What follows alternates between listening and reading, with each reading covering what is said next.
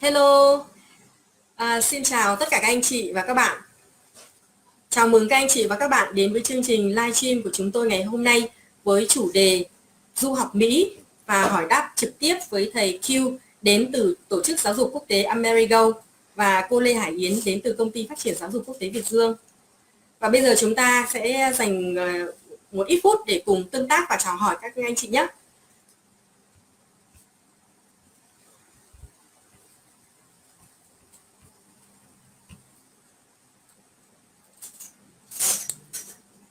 Xin chào tất cả anh chị và các bạn.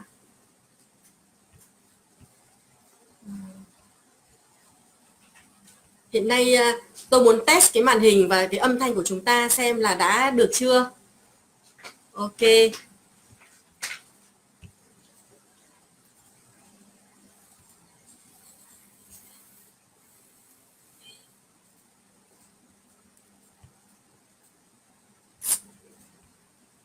Xin chào tất cả anh chị và các bạn.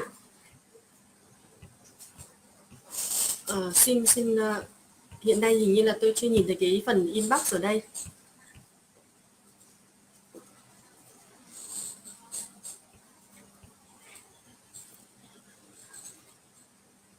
Hôm nay tôi rất là vui mừng được chia sẻ với các anh chị về phần hỏi đáp cùng với thầy Q trong cái nội dung du học Mỹ. Good evening, Mr. Q. Yes, we are very happy to welcome here, yes, to Vietnamese students and parents. And you know that we are very watching the moment, yes. And would like to ask you some questions that many parents and students want to know. Sure. That is a question. The first question is that, you know, for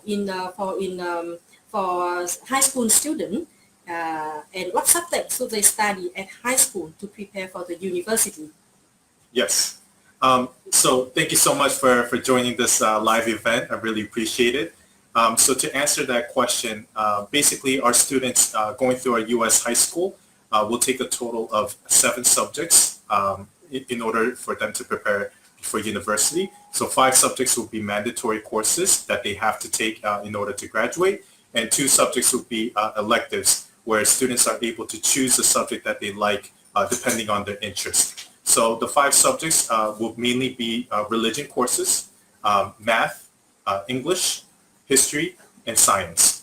So those are courses that all the students will take. And the 2 electives, it's really dependent on your interest. So students are able to take business courses if they are interested in business. If they like music, they can take music courses. If they're into athletics, they can take physical education courses.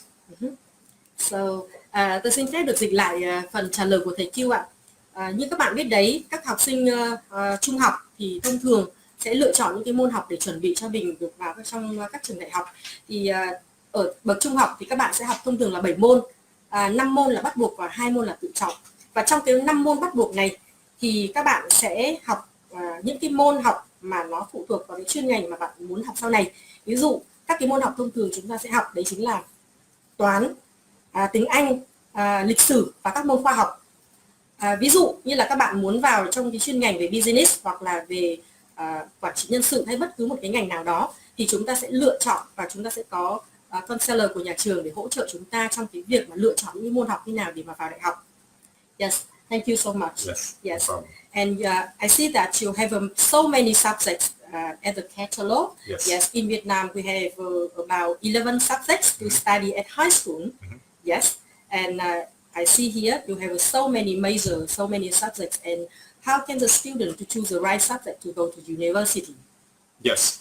So we have a counselor that meets with the student during the orientation process, and we sit down with the student on a one-to-one level, basically discussing what courses they will be taking for the upcoming semester.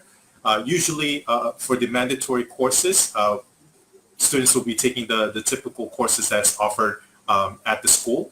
And basically the only decision-making process that goes into that will be depending on what level of difficulty that students want to take in the mandatory subjects. Now, if a student is prepping for a particular major going on to university, so that's where the 2 elective subjects students will take depending on what they would like to study in the future. Như các bạn biết đấy, để mà chúng ta lựa chọn đúng cái môn học để mà vào trường đại học thì ở tại trường Amerigo sẽ có những giáo viên sẽ giúp đỡ cho các bạn học sinh và sinh viên lựa chọn đúng cái chuyên ngành của mình thông qua cái việc gặp gỡ trực tiếp với cả các bạn học sinh sinh viên, và nhà trường sẽ trao đổi một với các bạn để xem rằng là chúng ta có những cái khả năng gì, cái điểm mạnh gì, và cái ngành học trong tương lai của chúng ta là gì, và cái con người chúng ta muốn trở thành là ai. Và dựa trên cái buổi thảo luận một như vậy thì nhà trường sẽ đưa ra những cái định hướng để giúp cho các bạn lựa chọn đúng cái ngành học của mình để vào bậc đại học. Thank you so much. And you know that I see when students choose a subject, you have a AP class and honor programs. So what are they? Yes, and who student can suitable to study these courses? Yes. So one of the great things about U.S. high school educational system is that you can choose the difficulty level of the subjects that you're going to take. So let's say in Vietnam, if you're going to traditional school here, if you're in grade 9, all the students will take the same math class. All the students will take the same science class. But in the U.S., if you're particularly strong in a certain subject, let's say math, and you want to take on a more difficult course and you really want to challenge yourself, we have actually 3 different difficulty levels. So number 1 would be a regular math course. And then let's say if that is too easy for you, you want something more challenging, you can go up to honors math. And then honors math will be 1 level higher in terms of difficulty. And let's say honors is still too easy for you. You want something more challenging, more difficult for you. Then you can obviously go up to advanced placement in terms of math. So that's the most difficult level. That's where there'll be a lot of coursework, a lot of exams that you will be taking. Now, in order to take the honors or the AP courses, you will have to take a placement test, or you will need a recommendation from a teacher saying that, okay, you are at a level where you can take more difficult courses. But that's a great thing, and the beauty of a U.S. high school is that you can choose those difficulty levels. And by choosing that, obviously, it will also improve your chances of going into the top universities, because U.S. universities, obviously, they recognize the difficulty levels of honors and AP courses. So AP basically stands for advanced placement.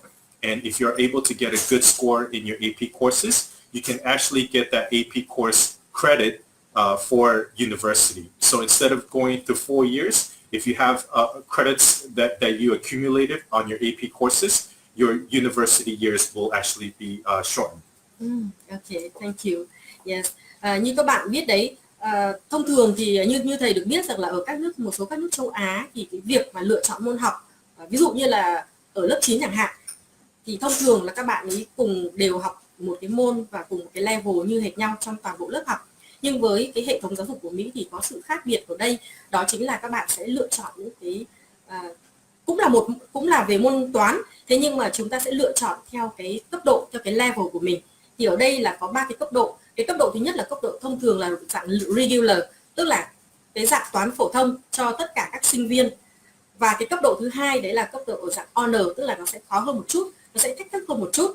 Và cái cấp độ thứ ba đó chính là advanced placement, viết tắt là từ AP.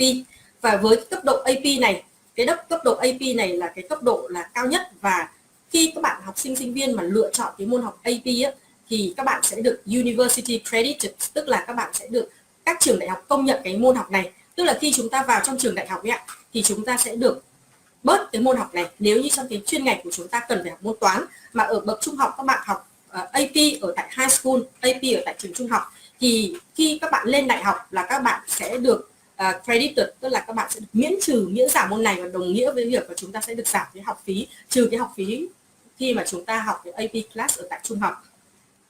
Và một điều nữa thì thầy cũng có nói tới rằng là cái lợi ích của cái việc mà lựa chọn cái môn học AP này là chúng ta được accredited ở trong trường đại học. Thì ngoài ra còn một số các cái lợi ích khác. Yeah. So do you have any advice to students that who student is suitable with the regular subject, Yes. Honor subject or AP subject, for example? Yes. Yeah. That's a very good question. So basically, if you're entering, for example, grade 9, basically all the students are able to take the regular courses to begin with. But if you do really want to challenge yourself and you really are 100% confident that you can do better at a higher level in a particular subject, we definitely encourage it, and we help support you in terms of taking those more difficult courses. So let's say if you are able to get an A or an A plus within your AP courses, obviously that's a huge benefit when going into universities. And obviously it will be a different criteria that university will place you in by taking those courses and performing at a high level. But let's say you really wanted to challenge yourself with AP courses, but you're kind of struggling because of the difficulty level and the amount of coursework. So in that case, let's say if you were to get like a C in an AP course, but when you do take a regular course in that subject, you're able to get an A or A plus. Us, as honestly as possible, from my personal experience, I would recommend the students to take regular courses and achieve a higher grade because ultimately the GPA is what matters the most. Okay, thank you, Mr. Q. Sure. Như thầy vừa giải thích cho chúng ta được biết rằng là tôi có đặt ra một cái câu hỏi mà có một số các phụ huynh thường hay hỏi, đó chính là cái việc vậy thì các bạn học sinh, sinh viên nên lựa chọn cái môn học là regular, phổ thông, hay là honor, hay là AP, cái nào là phù hợp với các bạn bây giờ? Thầy có vừa mới giải thích rõ với chúng ta rằng là thông thường thì tức là tất cả các bạn sẽ theo cái môn học về thông thường, regular subject. Tuy nhiên đối với cả những cái bạn mà chúng ta thấy rằng là rất là tự tin 100% là mình có thể học được cái môn học đó ở cái mức độ cao hơn, thì chúng ta sẽ đăng ký vào cái chương trình của AP class đó, vào cái lớp học gọi là AP. Và thầy cũng có nói rằng, cũng có đưa ra một cái lời khuyên cho chúng ta rằng là các bạn cũng cần phải kiểm tra thật kỹ cái việc mà mình tự tin lựa chọn cái môn học đấy như nào. Bởi vì các môn học AP thì nó không phải chỉ khó, mà các bạn sẽ phải làm rất nhiều bài tập. Đấy, rất là nhiều bài tập, chúng ta phải làm rất là nhiều bài tập trong cái môn học AP này. Cho nên trong cái việc mà chúng ta lựa chọn các cái môn học ấy, thì ví dụ như là chúng ta có 5 môn học bắt buộc thì chúng ta cũng chỉ nên lựa chọn tối đa là 3 môn AP thôi. Còn nếu mà chúng ta chọn tất cả mọi thứ, các môn học đều là AP ấy, thì như vậy là chúng ta có thể sẽ bị quá tải. Đấy, sẽ bị quá tải. Và hơn nữa, chúng ta cũng cần lưu ý một điều là ví dụ như chúng ta học AP, chúng ta học cái chương trình AP, chúng ta vào cái lớp AP, thế nhưng mà chúng ta kết quả mà chúng ta đạt được điểm C chẳng hạn, thế nhưng mà ở cái lớp regular thông thường mà chúng ta lại đoạt cái điểm là A, thì cái điều này, cái nào có lợi ích hơn? Thì thầy nói rằng là nếu chúng ta vào cái lớp học thông thường mà chúng ta đạt được A thì gọi là better result, chúng ta sẽ có cái kết quả tốt hơn khi mà các trường đại học người ta xem xét cái kết quả của chúng ta. Đấy, cho nên việc mà lựa chọn môn học và chúng ta lựa chọn cái cấp độ học trong các cái môn học đấy như thế nào thì là một cái việc vô cùng quan trọng, cũng có nhiều các cái benefit, có nhiều cái lợi ích. Và tuy nhiên như vậy thì chúng ta cũng phải cần make sure, tức là chắc chắn rằng là chúng ta tự tin bao nhiêu % để follow, để theo được những môn học như vậy. Và để được biết chắc chắn cái điều này thì chúng ta hãy mạnh dạn để mà đến gặp các cái thầy cô giáo, những người tutor, những người counselor ở trong trường để sẽ hỗ trợ chúng ta, giúp cho chúng ta để hình dung ra là cái lớp học AP này thì chúng ta sẽ học nó như thế nào, cái mức độ khó của nó ra làm sao, chúng ta sẽ được trải nghiệm nó, sẽ được các thầy cô giải thích cho chúng ta rất là kỹ trước khi mà chúng ta lựa chọn quyết định môn học regular hay là lựa chọn môn học honor hay là AP chẳng hạn. Và bây giờ tôi cũng muốn xin phép dành một ít phút để nhìn vào cái ô comment của các bậc phụ huynh cũng như là các bạn học sinh, và tôi cũng mong rằng là các anh chị và các bạn hãy tiếp tục comment vào đây. Chúng tôi sẽ có đội ngũ để tổng hợp lại tất cả các cái câu hỏi của các anh chị và sau đó chúng tôi sẽ trả lời đồng loạt cùng một lúc. Và ngoài ra thì tôi cũng thấy được rằng là tại trong cái chương trình này thì ngay một lúc tôi không thể trả lời được tất cả các cái câu hỏi, và trong khi đó thì tôi cũng muốn trao đến các anh chị rất là nhiều cái cơ hội cũng như là những cái kiến thức, và hơn thế nữa là cái việc mà làm thế nào để chúng ta đăng ký được các cái chương trình học bổng của nhà trường rất là nhiều. Cho nên là các anh chị hãy vui lòng comment giúp cho tôi số điện thoại, email, hoặc là bấm vào một cái đường link để tham gia nhóm nhận tài liệu và tham gia nhóm để nhận tài liệu và các cái chương trình cũng như là để biết rõ hơn những cái điều kiện để nhận học bổng của nhà trường. Và cái phần học bổng này thì tôi cũng xin phép là được bật mí sau cho các anh chị. Và bây giờ xin mời các anh chị hãy giúp comment giúp tôi. Và tôi biết rằng là cái thông tin này nó vô cùng là quan trọng và nó vô cùng hữu ích với rất là nhiều người. Cho nên là hãy comment và hãy share lên tường của mình để cho mọi người biết đến nhiều hơn nữa cái cơ hội học bổng của tổ chức giáo dục Amerigo mà chúng tôi sẽ chia sẻ với các quý vị và các anh chị trong cái phần sau này. Và bây giờ chúng ta sẽ lại tiếp tục cùng với thầy Q để hỏi thêm những các cái thông tin vô cùng hữu ích về cái việc mà học tập ở bên Mỹ và cái điều kiện để mà vào các trường đại học ở bên Mỹ như thế nào. Cảm ơn các anh chị và các bạn đã lắng nghe. Và bây giờ chúng tôi xin tiếp tục hỏi thầy Q. Yes, there's actually one more thing that I want to add. I know, I understand meeting with a lot of parents. Parents are very eager to get their kids into a lot of AP courses. Actually, many parents have asked me, hey, I want to put my kid into 5 different AP courses in one semester. And I just want to let the parents know it's quality over quantity. So basically, by taking too many AP courses, it will definitely overload the student with a lot of coursework. So out of the 7 subjects in one semester, we definitely recommend if you do take AP courses, 1 or 2 subjects will be plenty enough to take within a semester.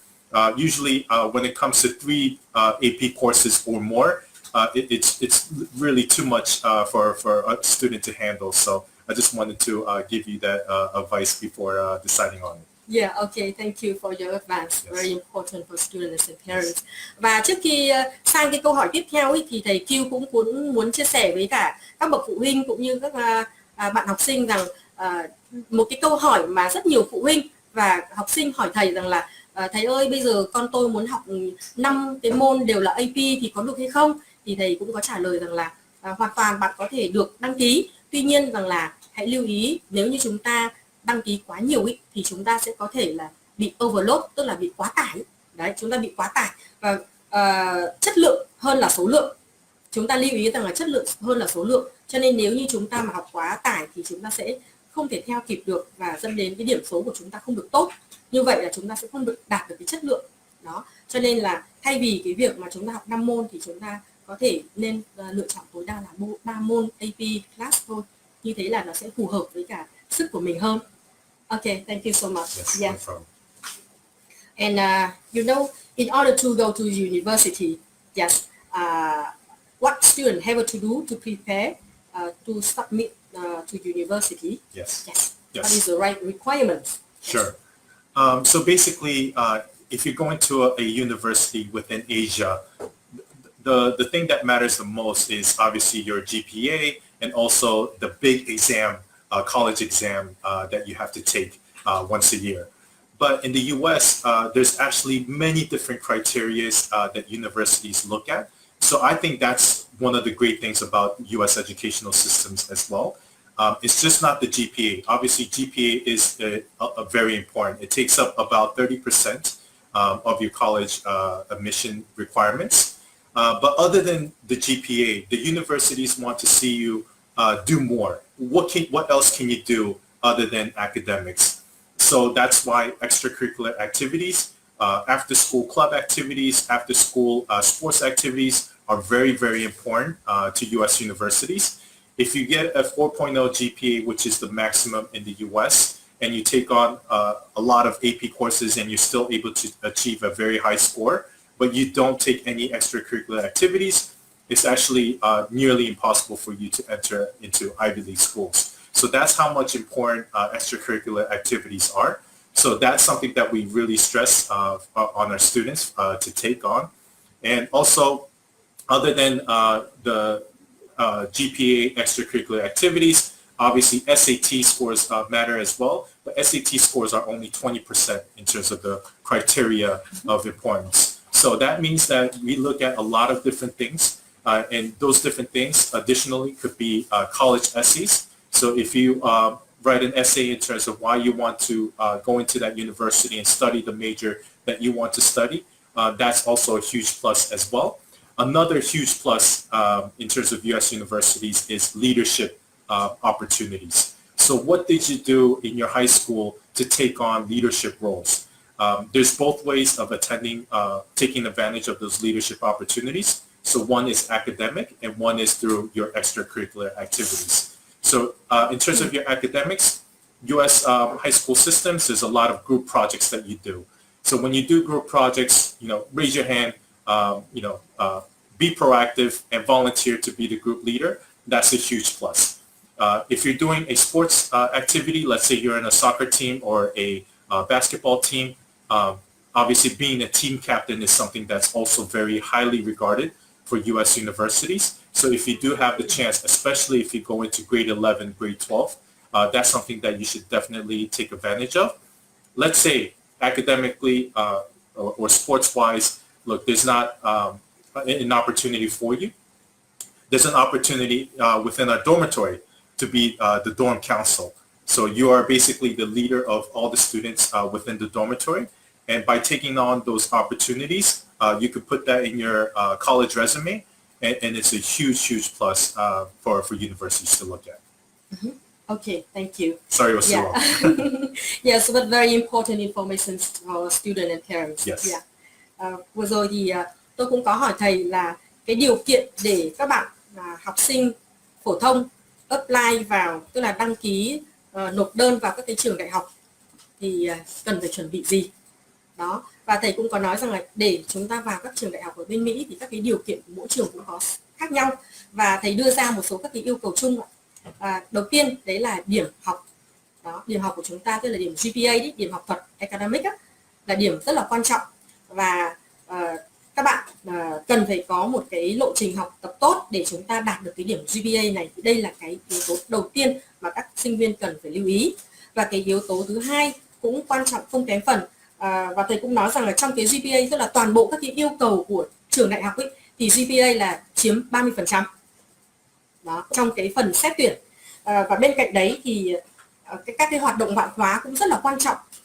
Ví dụ hoạt động ngoại khóa là gì? Ví dụ như chúng ta có thể tham gia các cái câu lạc bộ thể thao, rồi là các cái hoạt động ở trong trường, tức là ở trong trường ấy thì chúng ta sẽ có hàng chục các cái câu lạc bộ, và chúng ta cũng có rất là nhiều các cái môn thể thao, bơi lội, rồi đánh cầu, rồi đá bóng, tức là có một loạt các cái hoạt động thể thao cho chúng ta lựa chọn. Và đây cũng là được coi là môn học ở trong trường học. Và ở Mỹ thì người ta đánh giá rất là cao các cái hoạt động ngoại khóa này.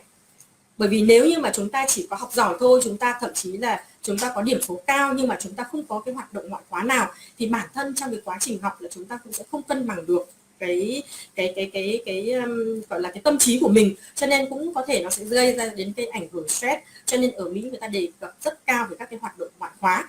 Thì đấy là một cái mà điều vô cùng quan trọng trong cái việc mà xét tuyển vào các trường đại học. Và cái điều thứ ba nữa đó chính là điểm SAT. Điểm SAT thì đây là một cái điểm gọi là điểm chuẩn của các cái kỳ thi, thì các bạn người ta sẽ dựa vào cái điểm SAT này để mà xét cái điểm đầu vào của các cái trường đại học. Tuy nhiên không phải là tất cả các trường đại học này cũng yêu cầu cho các bạn là phải có điểm SAT, và cái mức độ của điểm SAT này của mỗi một trường cũng sẽ có cái sự khác nhau. Cho nên chúng ta cần phải biết rõ, ví dụ chúng ta muốn vào trong trường đại học nào thì chúng ta phải biết rất rõ về cái yêu cầu của trường đại học đấy. Và còn một điểm nữa mà tôi quên mất chưa nói đấy, về cái hoạt động ngoại khóa ấy, thì đấy chính là đối với cả những cái trường gọi là Ivy College, tức là cái trường đại học, tức là trong cái top Ivy School này, Ivy College, Ivy University, khi mà người ta dùng cái thuật ngữ cái từ Ivy có nghĩa là trong cái top trường, là những cái trường mà tốt nhất hàng đầu của tại Mỹ, thì với những cái hoạt động ngoại khóa này là cái điều rất là quan trọng, không thể thiếu được trong cái CV của các bạn. Đó, nên chúng ta rất là lưu ý. Và một cái nữa cũng rất là quan trọng đấy là leadership skill, tức là kỹ năng lãnh đạo. Đó, ví dụ kỹ năng lãnh đạo là như thế nào? Chẳng hạn như là chúng ta tham gia những các cái ví dụ như là ở trong cái chương trình học của chúng ta sẽ có những cái đề tài, người ta lại gọi là project, làm dự án. Thì ví dụ như là người ta sẽ xét những cái điểm, chẳng hạn các bạn giơ tay này, các bạn sẽ là những người leader ở trong cái team đó này, tức là những người lãnh đạo trong cái team đó này, chúng ta dẫn dắt cái team đó như thế nào này. Đấy, và chúng ta tương tác, chúng ta hoạt động, chúng ta liên tục, thì đấy rằng là khi chúng ta được vào gọi là team leader, chúng là leader trong cái team đó rồi, tức là lãnh đạo trong cái team đó rồi, thì cái đấy cũng sẽ được cho vào trong cái record, tức là cái ghi lại của nhà trường. Và cái này là một cái yếu tố vô cùng quan trọng, đấy, vô cùng quan trọng. Hoặc đấy là trong về các cái chương trình của học thuật. Thế ngoài ra thì Còn các cái chương trình thể thao thì làm sao, chẳng hạn ví dụ như là chúng ta ở trong đội bóng chẳng hạn, và chúng ta là captain, chúng ta cũng là người dẫn dắt, chúng ta là người leader của cái nhóm đấy, thì chúng ta cũng được ghi, sẽ được record lại trong cái hồ sơ của chúng ta, trong CV của chúng ta. Thì đây là những điểm vô cùng quan trọng để chúng ta đưa vào trong cái bộ hồ sơ của mình khi chúng ta viết luận, cũng như là chúng ta có những chương trình phỏng vấn với trường và trong cái CV của mình. Đây là cái điều vô cùng quan trọng. Okay. Yes, thank you so much. Sure. Yeah. Okay. And yeah, you know that in this situation, COVID situation, yeah, many parents and students want to know that how do you take care the student in the COVID situation now? Yes. Yeah. So I think we've done probably one of the better jobs in terms of handling this situation. Really big thanks to our operations team in the U.S. So basically, when the COVID situation hit, we are keeping the students within our dormitories pretty much 24/7. So while students are not going to school, they're doing the online courses within the dormitory. And our system originally had staff members living in the dormitory taking care of our students. So our staff members are able to be there all around the clock for our students. During the daytime, we obviously work with them with the online course learning, so that is great. We also have all the safety measures available within the dormitory. So we have unlimited face masks and also hand sanitizers available in our dormitory, so students are able to take advantage of that at no extra cost. Obviously, we've been providing our students more meals as they stay within the dormitory. We also have safety measures in terms of how far of a distance students can go from the dormitory. Usually our students are not going out far from the dormitory, but they are allowed to, from time to time, take walks around the dormitory by social distancing as well. So many different measures. We've been keeping our students very safe. We don't have any COVID cases from our students as well. So I think our campus teams have been doing a very good job. Như các anh chị và các bạn biết đó, ngoài cái việc mà chúng ta cần phải chuẩn bị cho cái chương trình học thuật để giúp cho các con ngày một trưởng thành và thực hiện tốt hơn để vào trong các trường đại học, thì cái việc mà quan tâm về đời sống tinh thần cũng như là sự chăm sóc của nhà trường, của tổ chức dành cho các bạn sinh viên quốc tế là một cái điều rất là cần thiết mà rất nhiều các bậc phụ huynh và các bạn sinh viên quan tâm. Và vừa rồi thì tôi cũng có hỏi thầy trong cái tình hình về dịch Covid như thế này thì nhà trường đã có cái sự quan tâm như thế nào đối với cả các bạn học sinh sinh viên ở trong trường. Thì thầy cũng có trả lời rằng là hiện nay thì các bạn được học ở trên cái chương trình online và giữ nguyên tất cả những khoảng cách theo quy định. Tuy nhiên thì nhà trường có tổ chức ra các cái thầy cô để mà sẽ thường xuyên tương tác với cả các bạn sinh viên thông qua cái việc cung cấp thêm nhiều bữa ăn hơn và có cái sự trò chuyện với các bạn, rồi có những cái buổi sinh hoạt để đưa các bạn đi ra ngoài, nhưng mà sẽ làm theo đúng các cái quy định để về sự giãn cách, cho nên là đảm bảo hoàn toàn tuyệt đối 100%. Và cho đến giờ phút này thì không có một cái vấn đề gì cho bất cứ một cái học sinh nào ở tại trường thuộc tổ chức của Amerigo. Và nhà trường cũng như bản thân thầy cũng rất là tự hào rằng là trong cái thời gian như thế này mà nhà trường vẫn chăm sóc các bạn sinh viên quốc tế một cách tốt nhất có thể, để cho các bạn vừa yên tâm học cái chương trình online của nhà trường và có một cái đời sống tinh thần cũng như là một cái sự chăm sóc rất là chu đáo và rất là gọi là personal care, tức là rất là chu đáo tới từng sinh viên một, và hầu hết tất cả các bạn học sinh ở đây thì học rất là hài lòng đó. Yeah, okay, thank you so much. Yes, no problem. Okay, just a few moments. Sure. Yeah. Okay. Because I need to see nearer because my eyes. Yeah. Okay. Sure. Xin chào tất cả các bậc phụ huynh và xin chào bạn Cam Mèo chào Nguyễn Linh. Chào Ngô Minh Ngọc.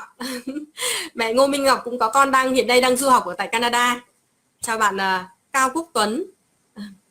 Và còn một bạn ở đây tôi không nhìn rõ được tên lắm. Xin mời các anh chị hãy comment giúp về các cái thông tin địa chỉ hoặc là email hoặc là số điện thoại để chúng tôi có thể gửi nhiều hơn các cái chương trình học bổng cũng như là các cái tài liệu của nhà trường. Okay, you know, yes, you provide the scholarship for Vietnamese students. Yes. Yes, this is very important information for Yes. most of parents and students. Yes. So could you please how can the student get the scholarship and what is the requirement to get it? Yes. Yes, and how much can student get it? Yes. Yeah. Very good question. Once again, so yes, we have scholarships available within our high school programs. So we have basically the way we look at scholarship is that we look at 3 different criteria in the most part. So one is obviously the student's GPA level, and the second will be their English level. And the way we determine the English level is through any of the tests that the students have taken before, let's say TOEFL, IELTS. But let's say if students don't have TOEFL or IELTS, we have our own placement test called LTIS. It's free and it's online, so students are able to take it anywhere, anytime. And basically that score can replace the TOEFL score or IELTS score. Lastly, and this is the most important component, is the interview process. This is really the most important out of the 3. And the reason why the interview is important is because it's an opportunity for us to take a look at the student's character and their personality, if they will fit in with the group of students that we already have. And also it's an opportunity for us to really determine the student's English level. So whether it's speaking or listening, that's something that we want to know so that we can determine if the student is ready to go into classes right away with local American students. So those are the criteria that we look for. If you have ever entered any competitions outside of your school and you've done great at it, please provide those documents as well for us to review, and we can take that into the consideration. And our scholarships, range from anywhere from $6,000 up until maximum $25,000. And that's really dependent on the student's quality. And in terms of scholarship opportunities, during obviously this year, as we go through the COVID situation, I would say in all my years in education, this is the best time for you to take advantage of the scholarship opportunities that are there in Vietnam. Mm-hmm. Okay, so can I check again? Yes. Yes, that is a GPA English. Correct. Yes, English test. Correct. And is it math test or just only English? Just English test. Yes. Okay. And do students require SOP? Personal statement? Students don't require a personal statement, but you're more than welcome to submit a personal statement. But we do need a letter of recommendations from your English teacher and your math teacher. Okay, thank you so much. Thầy vừa có cho chúng ta biết được về cái điều kiện để chúng ta xin học bổng ở tại nhà trường, và cái mức học bổng của chúng ta sẽ đạt được sẽ có thể xin được là từ 6.000 cho tới 25.000 đô Mỹ, và cái mức học bổng này sẽ phụ thuộc vào cái hồ sơ của mỗi một bạn học sinh, và những cái điều kiện mà các bạn cần phải chuẩn bị để nhà trường xem xét hồ sơ của các bạn, đó chính là chúng ta cần phải nộp về cái bảng điểm là thứ nhất này, và điểm GPA của các bạn. Thứ hai nữa là cái điểm tiếng Anh, và nếu như các bạn không có điểm tiếng Anh thì các bạn sẽ làm cái bài test của nhà trường, và các bạn làm cái bài test của nhà trường này thì cũng là hoàn toàn miễn phí, và thông qua cái bài test tiếng Anh này nhà trường có thể fix, tức là có thể biết rằng là cái trình độ tiếng Anh của các bạn là ở level nào tương đương với cả điểm TOEFL theo cái quy chuẩn của hệ thống giáo dục Mỹ. Ngoài ra thì các bạn cần phải thêm cái thư giới thiệu. How many recommend letters? Yes, we only need one each from the math teacher and the English teacher. Okay, it means that only one. Yes. Yes, okay. Và ngoài ra thì chúng ta sẽ cần thêm cái thư giới thiệu, và tôi có hỏi thêm thầy rằng là cần bao nhiêu thư giới thiệu, thì thầy nói là chỉ cần một thư giới thiệu, và thư giới thiệu đó thì chúng ta có thể lấy từ giáo viên dạy toán hoặc là giáo viên dạy tiếng Anh. Đó. Và một cái điều này nữa là vô cùng quan trọng, đấy chính là phỏng vấn, bởi vì một trong những cái điều kiện trên mà thầy vừa đề cập tới thì đó chính là cái điều kiện tiếp theo, đó là cái việc mà chúng ta phải phỏng vấn, interview rất là quan trọng trong cái bước này, và thông qua cái buổi interview này thì nhà trường cũng sẽ coi đấy là một cái phần rất là quan trọng để đánh giá cái năng lực của học sinh, và dựa trên những cái điều đó nhà trường có thể dựa trên những điều đó để cấp học bổng cho chúng ta. Đó. Và tôi cũng có hỏi thêm rằng là các bạn có cần phải viết thêm cái personal statement, tức là cái bài luận hay không, thì thầy nói rằng là nhà trường không bắt buộc cái viết cái bức thư này. Tuy nhiên thì nhà trường rất là welcome nếu mà chúng ta sẵn sàng viết cái bài luận này. Yes, okay. Thank you so much. Yes, no problem. And what about the intake and the deadline for the scholarship?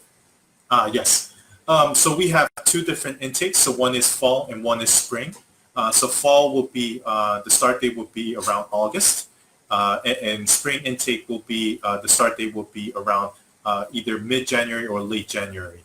So within those two intakes, obviously we do provide scholarship opportunities. We don't have a particular deadline in terms of the application deadlines. We are rolling admissions in terms of if you don't have any problems with your visa, you can apply at any time. But scholarship opportunities are best available when you apply early. If you do apply early, you can certainly take advantage of the scholarship opportunities. Later on down the road, we might not have scholarship opportunities even though you are able to apply. So I strongly suggest our students to, or prospective students to apply now, so that you can really take advantage of the scholarship opportunities that are there. Okay, thank you so much. Vừa rồi thì tôi cũng có đặt ra một cái câu hỏi với thầy rằng là cái mức học cái kỳ nhập học mà dành cho các bạn sinh viên quốc tế là vào cái kỳ nào, và cái deadline để chúng ta nhận được học bổng là bao giờ. Thì thầy cũng nói rằng là chúng ta hãy đăng ký, gọi là càng sớm càng tốt, first come first serve, để chuẩn bị cho cái hồ sơ nhận học bổng của chúng ta. Tuy nhiên thì đối với cả các bạn sinh viên Việt Nam thì luôn luôn được nhà trường có những cái sự ưu tiên và ưu ái, và không có một cái deadline cụ thể, nhưng chúng ta hãy cố gắng để mà nộp đơn xin học bổng càng sớm càng tốt. Cái kỳ nhập học của thông thường ở Mỹ thì sẽ có 2 kỳ, đấy là kỳ mùa xuân và kỳ mùa thu. Kỳ mùa xuân sẽ rơi vào giữa tháng Giêng, hoặc là kỳ mùa thu thì sẽ rơi vào khoảng tháng 8. Đấy là 2 cái kỳ nhập học. Và cái kỳ nhập học chính thì thông thường sẽ là vào fall semester, tức là vào tháng 8. Và bây giờ xin mời các anh chị ấy có thể comment vào đây để chúng tôi có thêm các cái câu hỏi ạ. Okay. We are waiting for the comment from the students and parents. Yeah. Và ngoài ra, excuse me, you know that for Vietnamese students, when they first arrival at the school, yes, they have to face with many new things, like the food, traveling, teacher, friend, yes, so many new things. So, do you have any support for new arrival students? Yes. So basically, for all of our campuses, we usually have a 2-week orientation period. It's usually a little bit longer than original orientation process. And the reason for that is because we have a lot of activities during the orientation period for you to get to know your classmates and also the students that will be staying in the dormitory with you. And it's also a period for you to really adjust to a new time zone, a new environment. So we want you to feel comfortable within the 2 weeks before you start school.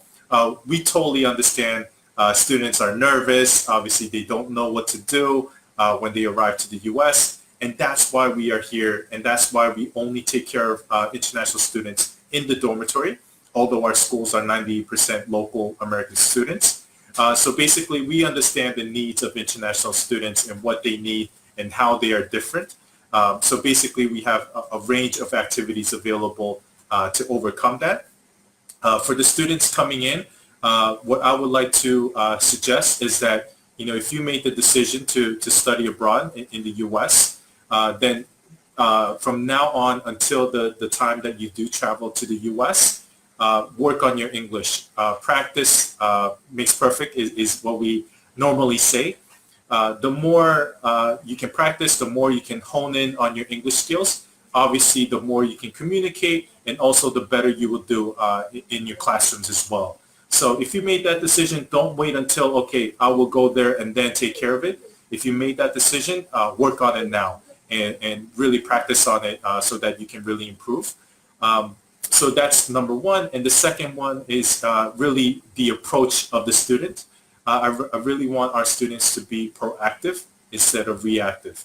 So reactive is just responding to what the teachers tell you to do, and that's what we're used to living in Asia.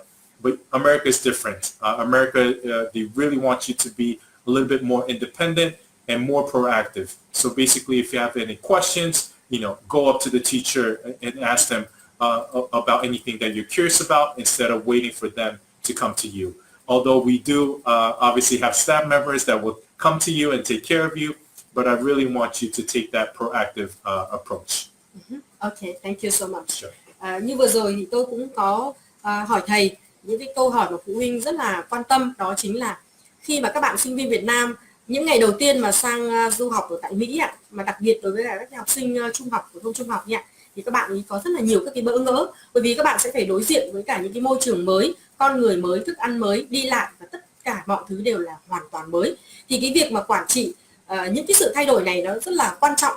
Thì câu hỏi đặt ra là nhà trường làm những cái điều gì để có thể trợ giúp cho các bạn sinh viên Việt Nam cũng như là sinh viên quốc tế nói chung để có thể bắt kịp được với cái môi trường mới như thế này. Thì thầy cũng đưa ra rất là nhiều những các cái hoạt động mà nhà trường chăm sóc cho các bạn học sinh, sinh viên quốc tế. Đó chính là các cái hoạt động chăm sóc cho các bạn học sinh như là cái ngày gọi là Orientation Day. Nhà trường đã dành ra riêng đầu tiên 2 tuần để chăm sóc cho các bạn học sinh mới tới. Thì đây là một cái khoảng thời gian thông thường là nó sẽ dài hơn so với những các cái thời gian của cái ngày Orientation Day của những cái trường khác. Và trong cái thời gian này thì nhà trường cũng hỗ trợ cho bạn học sinh rất là nhiều, chẳng hạn như là những vấn đề về tâm lý, về cái việc mà các bạn nhớ nhà, rồi tất cả những các cái nó liên quan tới cái việc là chúng ta sẽ đi lại ở trong nhà trường, chúng ta sẽ giao tiếp, tương tác con người, rồi chỉ dẫn cho các bạn ấy từng phần một. Chẳng hạn chúng ta sẽ học như thế nào, cái cách học ra làm sao, lựa chọn môn học như thế nào, rồi cách sử dụng thư viện, rồi các cái quy định của nhà trường, tất tần tật mọi thứ. Thì trong 2 tuần đầu tiên là nhà trường sẽ take care các bạn, bởi vì trong 2 tuần đầu tiên là các bạn sẽ rất là nhớ nhà, cho nên nhà trường cũng sẽ sắp xếp những người gọi là thầy cô gọi là để làm mentor cho các bạn. Đó, tức là để hỗ trợ các bạn về mặt tâm lý, chẳng hạn như là nhà trường sẽ gặp gỡ để trao đổi một và sẽ có những cái hoạt động gọi là cộng đồng chung để mà gặp trực tiếp một và gặp trực tiếp nhóm với cả các bạn học sinh để có những cái sự trao đổi, để hiểu được cái tâm tư, tình cảm và nguyện vọng, cũng như là tất cả những cái điều mà các bạn học sinh có những băn khoăn hay là những trăn trở. Và thông qua các cái hoạt động trò chuyện, rồi là những cái hoạt động hướng dẫn tất cả mọi thứ ở trong trường, cũng như là những cái trao đổi về cái nền văn hóa của nước Mỹ, và từ đó thì các bạn cũng tự tin nhiều hơn và cũng dần dần thích nghi được cái môi trường mới. Bên cạnh đấy thì thầy cũng có đưa ra một lời khuyên thì thầy nói rằng là với những các cái bạn mà học sinh châu Á ấy, thì thầy thấy rằng là so với cả các bạn học sinh nước Mỹ thì cái việc chủ động là chúng ta đôi khi với cả những học sinh châu Á thì chúng ta hơi rụt rè, hơi nhát và hơi ngại ngùng, và chính cái điều đấy nó đã cản trở, hạn chế trong cái việc chúng ta đưa ra những cái yêu cầu cũng như là mong muốn của mình, bởi vì các bạn ấy xấu hổ cho nên các bạn không nói rõ rằng là thầy ơi con muốn này, cô ơi con muốn điều kia đấy, và các bạn muốn nhưng mà các bạn không dám nói ra. Nhưng mà trái lại với cả các bạn học sinh Mỹ thì các bạn ấy luôn luôn chủ động. Thì những cái việc như này thì trong trường ấy, các thầy cô cũng sẽ trao đổi với cả các bạn học sinh quốc tế để cho các bạn ấy tự tin hơn, để các bạn hiểu được rằng là cái văn hóa của người Mỹ, văn hóa của cái hệ thống giáo dục của nước Mỹ trong cái việc mà giao tiếp thì là nó rất là chủ động. Cho nên khuyến khích các bạn là hãy chủ động để đặt câu hỏi, hãy chủ động để mà đưa ra những cái mong muốn của mình, những cái vấn đề của mình để chia sẻ. Đó, thì đấy là một cái việc mà hết sức cần phải lưu ý đối với cả các bạn học sinh, cũng như là các bố mẹ cũng cần hỗ trợ cho con em mình để hiểu được cái điều này và sẽ thích nghi dần. Và trên thực tế thì thầy thấy rằng là trong một thời gian thì dần dần các bạn học sinh của các nước quốc tế nói chung thì bắt nhịp với nhà trường, với cái môi trường mới cũng rất là nhanh, bởi vì nhờ có cái sự hỗ trợ của nhà trường. Yeah, okay, thank you so much. Thank you. And you know that what about the missing home, for example? Yeah. And do you see that there are a lot of international students have a problem of missing home? And yes. Yes, we do have a few. We don't have a lot. To be honest with you, a lot of our students really adjust well into the U.S. and also into our programs and our environments that we provide for our students. I think it's really, our program is the best of both worlds, in a sense where when you're going to school during the day, you're spending majority of your time with local American students. So you're really getting to know the U.S. Students and culture.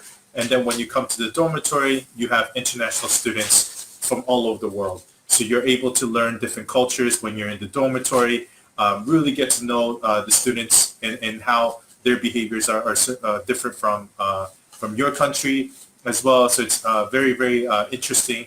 And I think, like I said, I think the best of both worlds in terms of environments. Now, students, some students do get homesick, but what we do in terms of our students is that before they go to sleep, we actually open up 1 hour for the students in order for them to connect with their families or their friends back home. So usually if bedtime is 10 o'clock, we give flexibility within our students to extend the bedtime to 11 p.m. for those students who really want to connect with their families. Now with the technology of FaceTime and everything, I think that's the reason why students are maybe less lonely within our campuses. I would say 99% of our students do adjust well and get through our programs in excellent ways in terms of performance and everything like that. Oh, that's so very wonderful, right? Yes. Okay. Also, one thing that I want to mention is that also food is part of what makes the students homesick. And we make sure that we take our students at least once a week to an Asian restaurant, especially during the weekend, so that they're able to have the food from their hometown as well, so we can overcome that. Wow, yes, that's very wonderful. Và các bậc phụ huynh cũng rất là muốn biết rõ hơn cái việc mà khi mà con nhớ nhà ấy, thì nhà trường làm như thế nào để hỗ trợ cho các bạn sinh viên quốc tế xử lý cái việc mà trong cái tình hình mà rất là nhớ nhà. Thì thầy cũng có nói rằng là trên thực tế ở trường ấy, thì chỉ có a few, tức là một ít thôi, chứ không nhiều bạn nhớ nhà đó, và cũng có những trường hợp như thế. Và đối với những trường hợp như vậy thì nhà trường cũng có những cái sự quan tâm rất là chi tiết. Ngoài những cái việc quan tâm thông thường cho tất cả các bạn học sinh ra, thì nhà trường sẽ có những cuộc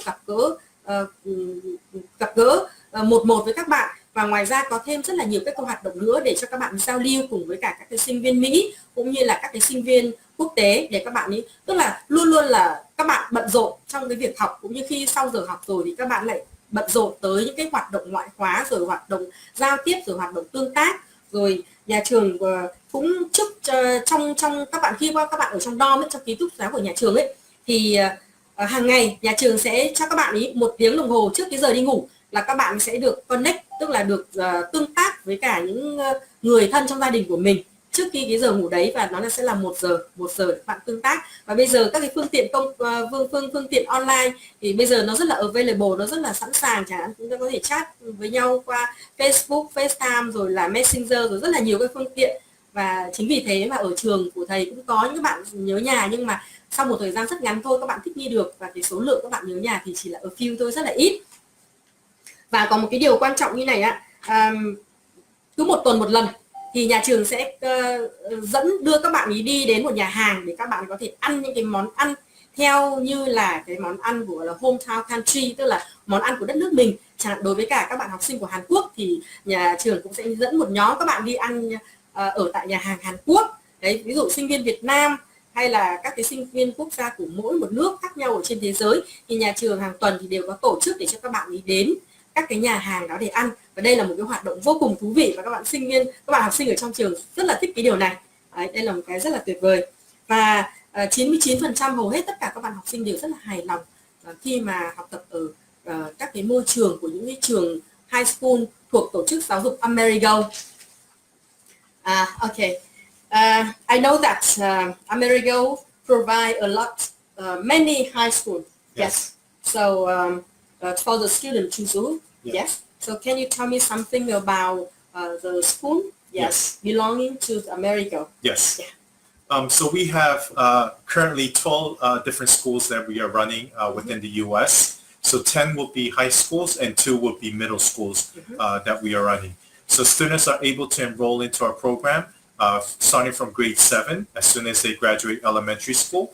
So middle school in the U.S. will only be 2 years. So students can be in middle school from 7th grade and 8th grade. And also students can start high school starting from 9th grade up until 12th grade.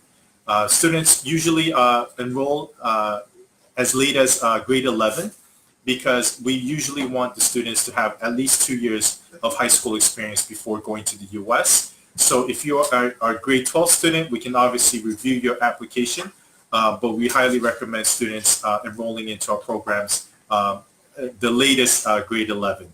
We have 4 different campuses within California. So we have Napa Valley, which is 1 hour from San Francisco. We have a San Francisco campus, which is a new campus. We have Los Angeles. We have San Diego in California. In the middle part of the U.S., we have 2 campuses in Chicago. We have 1 in Twin Cities, which is an excellent school that we have. We have Lexington, which is in the state of Kentucky. We also have Houston, Texas. On the East Coast, we have New Jersey, right across the bridge from New York City. So these are the wide range of schools that you can choose from. There is no one right or wrong answer in terms of which campus you choose. It really depends on your personal preference, maybe your academic strong suit. So depending on that, we help you choose the right school for you. Okay, so you have so many campus and many schools for students to choose. Vâng, vừa rồi thì tôi cũng có hỏi về thầy về cái khu học, các cái campus của trường, cũng như là các cái số lượng trường mà thuộc trong tổ chức giáo dục Amerigo. Thì thầy cũng nói rằng là hiện nay là có 12 trường và ở những cái campus khác nhau, ở những cái bang khác nhau, rất là đa dạng để cho các bạn lựa chọn. Ví dụ như là các bạn có thể học ở tại San Diego, ở Chicago, ở Kentucky, ở Texas, New Jersey, và rất là nhiều các cái bang khác của nước Mỹ nữa, cho nên là chúng ta có thể có được một cái sự đa dạng trong cái việc lựa chọn khu vực mà mình muốn đến học. Và ở đây thì thầy cũng có nói rằng là theo cái hệ thống giáo dục của Mỹ thì cái bậc trung học chúng ta sẽ học là 3 năm, và thông thường ý, thì để mà học tốt cái bậc trung học thì chúng ta cần ít nhất là phải 2 năm, tức là học trung học thì chúng ta 3 năm là lớp 9, lớp 10, lớp 11, 12. Tuy nhiên để mà chúng ta được vào trường đại học tốt thì chúng ta hãy nên học 2 năm high school ở tại trường, thì đấy là những cái nền tảng chuẩn bị rất là tốt cho chúng ta khi mà chúng ta muốn vào những cái trường đại học hàng đầu tại Mỹ. Okay, thank you so much. Yes. Yeah, and let me see about the question from the students and parents. Okay.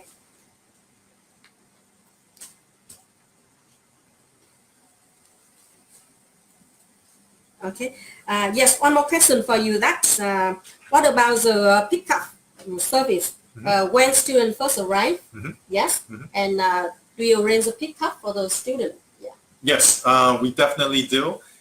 So we arrange pickup when students arrive to our campuses, and also we arrange transportation when students go back home after the year is over and they're going back home for the summer vacation.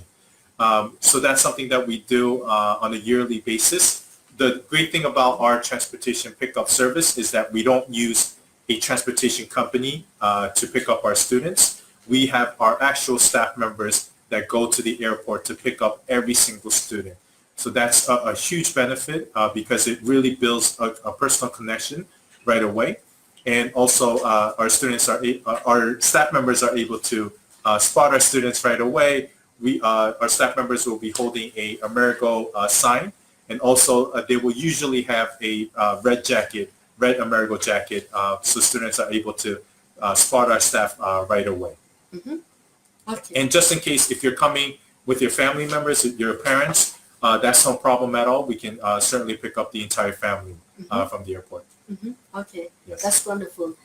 Vừa rồi thì cũng có một cái câu hỏi của các phụ huynh hỏi rằng là cái việc khi mà các bạn học sinh lần đầu tiên tới trường thì cái việc sắp xếp đón các bạn học sinh như thế nào đối với cả tổ chức Amerigo. Thì thầy cũng có nói rằng khi mà các bạn sinh viên mới lần đầu tiên đặt chân lên nước Mỹ thì nhà trường có sắp xếp cái việc đưa đón các bạn ý, và cái việc đưa đón này là hoàn toàn do các staff, tức là các nhân viên ở trong trường sẽ sắp xếp để đưa đón các bạn ở tại sân bay chứ không phải là thuê một cái dịch vụ bên ngoài để mà đón các bạn ở tại sân bay. Cho nên là các bạn học sinh và các bố mẹ hoàn toàn có thể yên tâm về việc này. Và ngoài ra khi mà đến đón các bạn học sinh ở sân bay thì nhà trường sẽ cầm một cái biển hiệu lên với những các cái logo cũng như biểu tượng và cái đồng phục của nhà trường để giúp cho các bạn ấy nhận ra rằng là người của trường đến đón các bạn. Và ngoài ra thì chúng tôi đều có những cái sự xác nhận trước khi mà các bạn ở trên chuyến bay như thế nào, thì hoàn toàn trên cái đường đi của các bạn ấy tình hình như thế nào đấy thì giữa phụ huynh và các đại lý, tức là những cái đại diện của chúng tôi tại Việt Nam sẽ liên lạc chặt chẽ với nhau để xem là các bạn ấy trên đường bay cũng như là khi đến nơi thì các bạn như nào, hướng dẫn các bạn ấy chuẩn bị cái cách mà để mà liên lạc với nhà trường. Sẽ có những cái điện thoại hotline cho các bạn ấy để các bạn ấy trong những tình huống mà cần liên lạc với nhà trường, cần liên lạc với bất kỳ ai thì các bạn đều có thể liên lạc được. Đó, thì tất cả trước khi mà lên đường thì nhà trường cũng sẽ gửi một cái orientation trước, hướng dẫn trước. Khi các bạn lên đường thì các bạn biết rõ đích xác rằng là các bạn ấy cần phải hành động như nào, các bạn phải chuẩn bị ra làm sao trong những tình huống cụ thể để giúp cho các bạn ấy có một cái sự tự tin trước khi mà mình lên đường đi du học, đến học tại trường. Yeah. Thank you so much. Sure.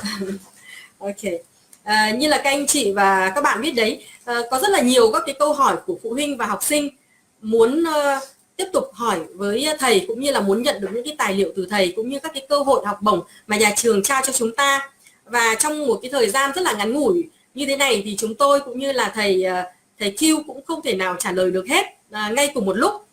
Tuy nhiên thì chúng tôi rất là vui lòng và rất là sẵn sàng để chào đón các anh chị, và rất là mong các anh chị hãy comment cái email cũng như là điện thoại của các anh chị để chúng tôi cũng sẽ có một đội ngũ liên lạc với các anh chị, các bậc phụ huynh cũng như là các bạn học sinh cần bất cứ một cái câu hỏi nào liên quan tới tổ chức giáo dục Amerigo, các trường học, rồi cái việc sinh hoạt cũng như là các cái điều kiện, rất là nhiều các cái sự chuẩn bị và chúng ta cần phải biết trước, cũng như là cái cách làm thế nào để giúp cho con tự tin hơn, làm thế nào để cho các con biết quản trị cái việc thay đổi khi mà bước vào một cái môi trường mới, rất là nhiều. Và các anh chị biết đấy và các bạn học sinh biết đấy, thành công là một hành trình, cho nên là không phải là chỉ có trong cái buổi ngày hôm nay chúng tôi có thể trang bị hết tất cả đầy đủ những kiến thức cũng như là những cái hành trang cho các bạn học sinh, cũng như là cung cấp đầy đủ tất cả các cái thông tin rất là cần thiết cho các anh chị.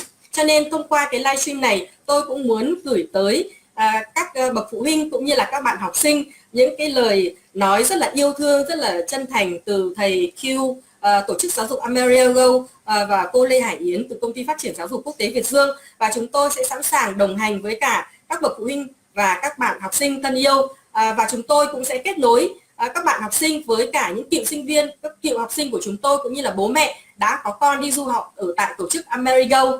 Và trong chương trình ngày hôm nay tôi cũng rất là cảm ơn các anh chị đã lắng nghe và theo dõi cái livestream này, và rất là mong được sớm gặp lại các anh chị trong những cái chương trình lần sau. Cảm ơn các anh chị đã lắng nghe và theo dõi. We say thank you to the parents and students. Just want to say thank you so much, especially in the evening, to take out your time to listen to our live event.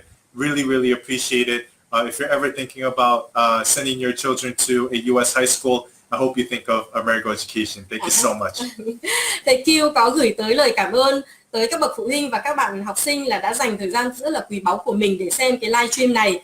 Thầy rất là vui, rất là hạnh phúc, và thầy cũng hy vọng rằng là sẽ gặp được lại các bậc phụ huynh và các bạn học sinh có thể một ngày nào đó ở tại đất nước Mỹ, ở tại tổ chức giáo dục Amerigo. Cảm ơn các anh chị và các bạn. Cảm ơn và xin hẹn gặp lại. Bye bye. Yes. Yes.